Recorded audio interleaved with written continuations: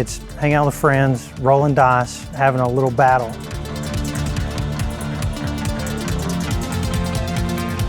It's something that I find a shared interest and common ground with the love of the game we're playing and the worlds and the imaginative setting that we create together.